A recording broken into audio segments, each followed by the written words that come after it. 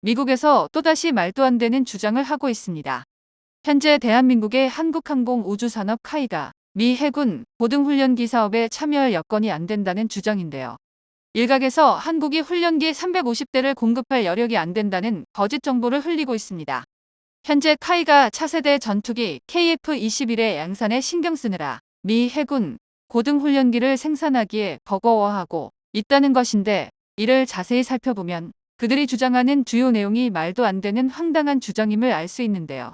이를 두고 미국이 자신들의 3대 항공기업인 보잉을 위해 한국에 카이를 내려치는 작업이라는 말이 나왔는데, 미국이 주장하는 게 어떤 건지 자세히 알아보겠습니다. 천조국이라고 불리는 미국은 아직 배가 덜 고픈 모양입니다. 수년 전부터 미군은 훈련기 부족으로 빨간불이 들어와 있는데요.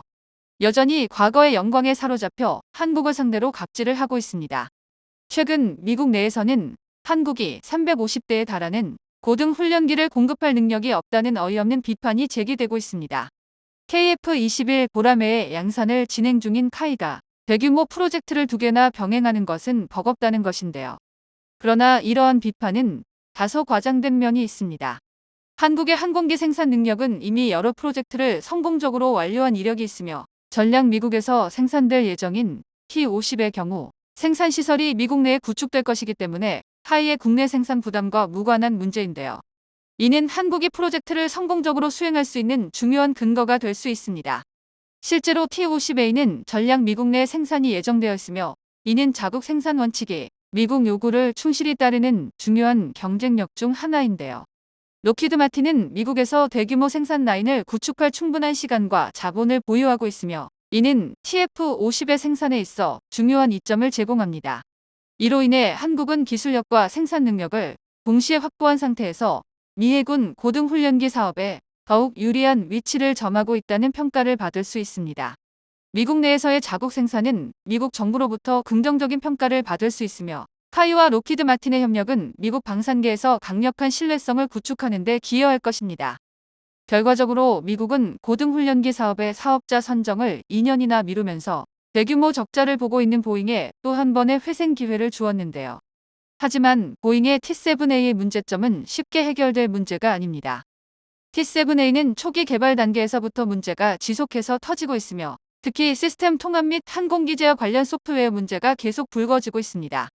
여기에 무리하게 진행된 디지털 설계와 소프트웨어 통합 방식 때문에 항공기의 비행 제어 시스템에도 불량이 보고되고 있는데요. 때문에 많은 분석가들은 T-7A를 실제 훈련 환경에 내보낼 수 있는지조차 의문을 표하고 있습니다. 그런데 이런 참사가 벌어진 원인은 2016년부터 진행된 고등훈련기 신규 도입 사업 TX 프로그램 때부터 미국이 무리하게 보잉을 밀어줬기 때문이라는 비판이 일고 있는데요. 당시 최종 후보에는 보잉 사부의 T-7A와 록히드 마틴의 T-50이었습니다. 물론 두 기체가 확연한 성능 차이를 보였음에도 미국이 T-7A를 선택한 것인데요.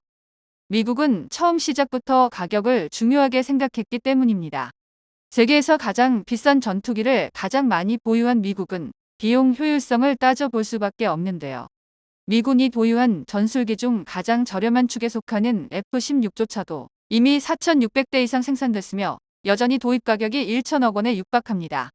4.5세대기의 대명사로 불리는 F-15EX 역시 마찬가지인데요. 그렇기에 미국에서는 보잉 사부의 T-7A조차도 초기 예비 부품을 포함한 총 무기 시스템 비용이 고작 290억 원 수준인 점을 감안하면 저렴한 훈련기의 도입은 미군의 지상 과제일 수밖에 없었습니다. 물론 그렇다고 해서 훈련기의 성능이 도입 가격만큼 중요하지 않다는 뜻은 아닌데요. 카이가 제시했던 T-50의 패키지 비용은 대략 320억 원 선으로 알려져 있습니다.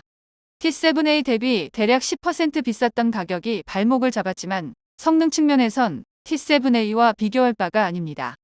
훈련기 성능이 우수할수록 훈련기의 전술기를 넘어가는 훈련 기간을 단축할 수 있는데, 애초에 개발 목표 자체가 원가 절감이었던 T-7A는 허점투성이 훈련기로 세상에 나올 수밖에 없었습니다. 개발을 주관한 보잉은 세계에서 가장 거대한 항공기 제작사이자 상업용 항공기의 명가인 자신들의 원가 절감 능력을 유감없이 발휘했고, 여기에 사부의 설계 간소화 기술이 추가되면서 T-7A의 최종 양산 예상 단가는 믿기지 않을 만큼 떨어졌는데요. 제품 개발부터 설계까지 모두 디지털 방식으로 간소화했으며, 항공기 개발의 필수 코스였던 풍동 실험까지 시뮬레이션으로 대체했습니다. 그리고 이는 개발 기간이 단축되는 것처럼 보여지기도 했는데요. 일반적인 군용기는 개발하는데 10에서 20년이 소모되는데 보잉은 이 과정을 단축하여 개발 시작 7년 만에 배치를 자신했기 때문입니다. 보잉의 자신감이 현실화되었다면 현재 T-7A는 미국의 하늘을 날고 있어야 했는데요. 하지만 현재 미국의 공군과 해군은 심각한 훈련기 부족 현상을 겪고 있습니다. 미 공군과 해군들이 파일럿 훈련을 받기 위해 길게는 24개월 이상 순번을 기다려야 하는 눈물겨운 상황이 연출되고 있는데요. 그리고 긴 대기 시간 때문에 파일럿 양성 기간은 4년까지 늘어나는 초유의 사태가 벌어졌습니다. 게다가 저렴한 가격으로 보잉을 선택했는데 오히려 노후화된 T-38 훈련기의 점검을 위해 160억가량의 비용을 매년 쏟아붓는 실정인데요. 실제로 보잉이 제시한 금액은 훈련기 350대와 지상훈련 시스템 정비시설 등을 포함하여 11조 7,500억 원이었습니다. 이는 애초에 미국 정부가 책정한 총 사업비 20조 8,200억 원의 60%에 불과한 금액이었는데요. 심지어 이조차도 요구 조건보다 훨씬 많은 훈련기 475대의 납품과 함께 시뮬레이터 120대가 추가 납품으로 확정한 가격이었습니다. 결국 미국에서는 이 말도 안 되는 가격으로 T-50A를 제치고 보잉사의 T-7A가 TX 프로그램에 선정되었습니다. 아시다시피 미국의 비극이 이때부터 시작이었는데요. 이미 양산을 시작했음은 물론 현장 배치가 시작됐어야 할 T-7A는 여전히 개발 중이기 때문인데요. 게다가 T-7A의 사출 좌석 문제, 비행 제어 소프트웨어 문제, 공기 역학 설계 결함 등으로 모든 일정이 기약 없이 뒤로 밀리고 있습니다. 애초에 TX 프로그램이 60년이나 비행한 노후화된 훈련기 T-38을 대체하기 위해 시작되었다는 걸 생각하면 이 공군에게는 청천벽력 같은 소리일 텐데요. 공중전력에 있어 훈련기의 중요성은 전술기에 버금간다고 할 수 있습니다. 그만큼 파일럿의 양성 과정엔 많은 시간과 자본이 투입되기 때문인데요.